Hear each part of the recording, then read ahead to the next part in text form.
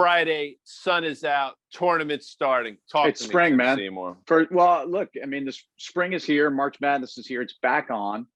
The betting frenzy. I mean, think about this. I think we had no March Madness last year. You got people that have learned how to bet, a betting market, an online sports betting world, DraftKings, Penn Gaming, I mean, alive and well. And look, say what you want about the college basketball game. I've been a little critical over the last few months talking about how the one and done nature of college hoops is kind of a bummer. I'm fired up, man. I'm fired up. Spring's tomorrow morning at like 5:23, or it's Sunday. I don't know, man. Weekend spring, sun's out. I'm feeling good, and I'm excited. I'm excited for the Hoyas, who had a miracle run through the Big East tournament, and I realize that's probably all we're going to get. But I'm excited, and you know what? I'm excited that the market is also having this reassessment period, because it's making it a lot more interesting. I mean, on a day when yields are down a little bit, equities rally, but then some of these high flyers again are under pressure. I think we got all kinds of sports metaphors to throw at the market around March Madness. So you asked me how I'm doing. Maybe that's more than you bargained for, but I gave you a lot. You gave me a lot. Your hands feeling better. I mean, you got it all going on. Yeah. I mean, unfortunately, I know this is typically the time of year you do your spring training trip, which is not going to happen. I'll give you a quick little anecdote inside the Seymour home. So I got my spring training pal Kyle reaches out last week and says, "Are we doing this? Because it's back on." And I said, "I think so, but I'm not really sure how this is going to go down at home, because we're obviously trying to be as cautious as possible." And so I went ahead and I booked a ticket on Delta down to Tampa for I should be in Lakeland, Florida. Sure, of course. At Joker Merchant Stadium watching the Tigers, I think, play. What difference does it make, really? When you're at the Joker, it doesn't. It's one of the great minor league stadiums and spring training sites. But ultimately, when I kind of flew that trial balloon in my house past my wife the next day after having already bought the ticket, but knowing that airlines are flexible on their cancellation charges these days, I quickly learned that wasn't going to fly.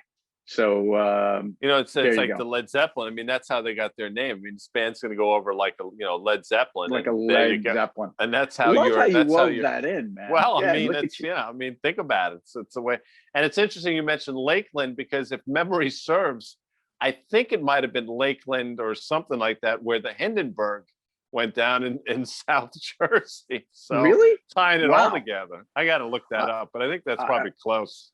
That's fantastic. So maybe it was doomed from the start, as it turns out.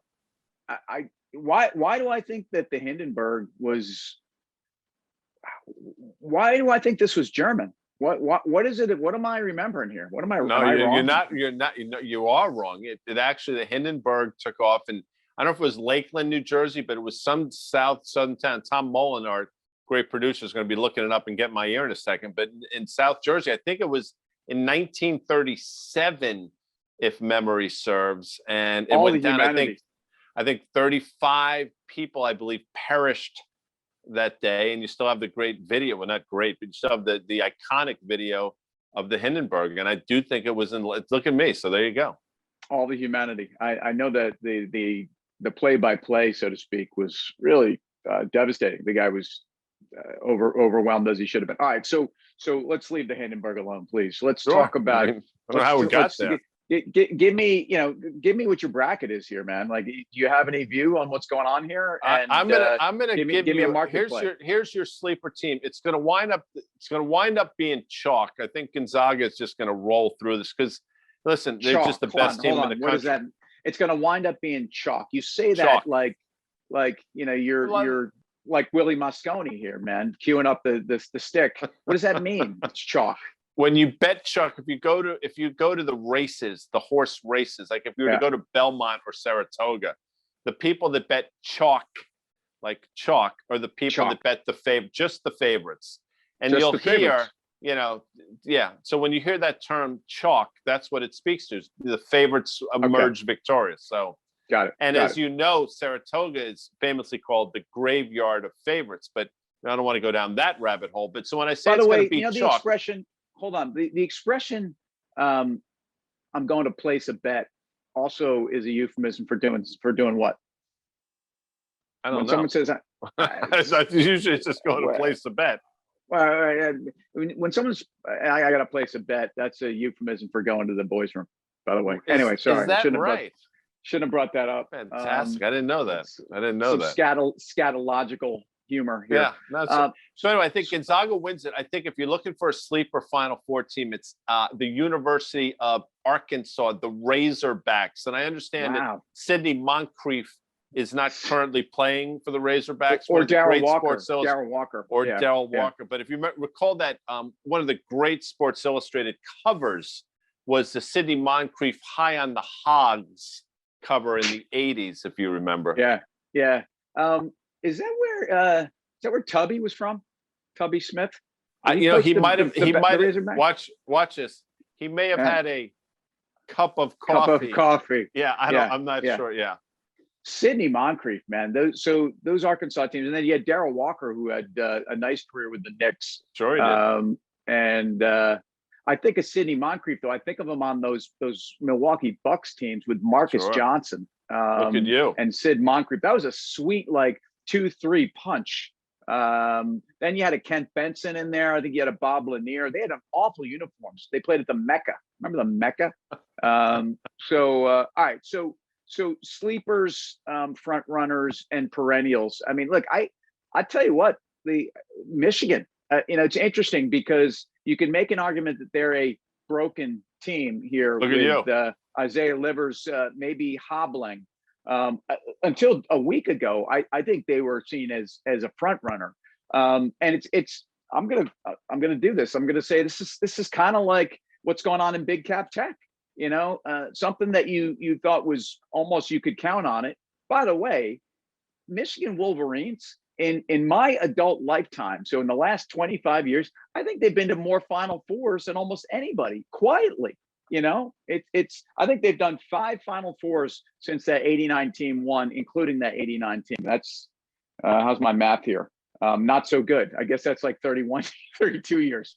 But anyway, time goes by. No, I understand what you're saying. I mean, they've been a great program, and they, under the stewardship of Juwan Howard coming back to his alma mater. I mean, it's incredible what he's done in a very short period of time. And I do think they're a team to watch, but you're right. You lose a key player on that squad, it's going to be difficult. But the Big Ten was the cream of the crop this year in college basketball.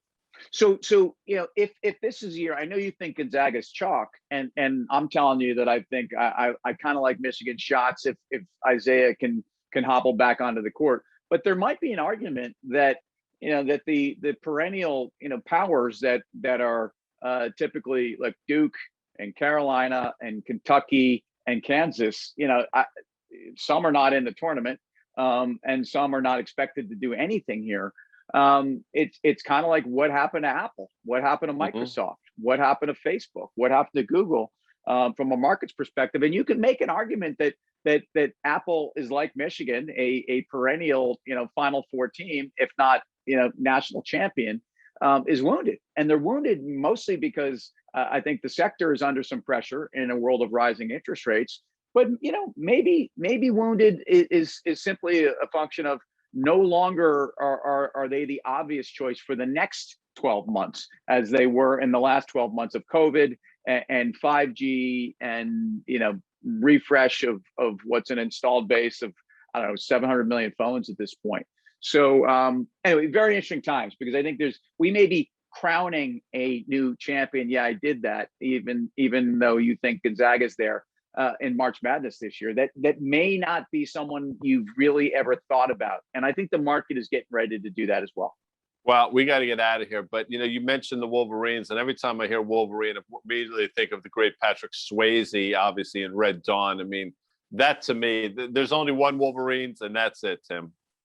Look, anytime you can weave Swayze into commercial break, I salute you. And all I can say is, guy, right boot. Careful. See you later. Bye.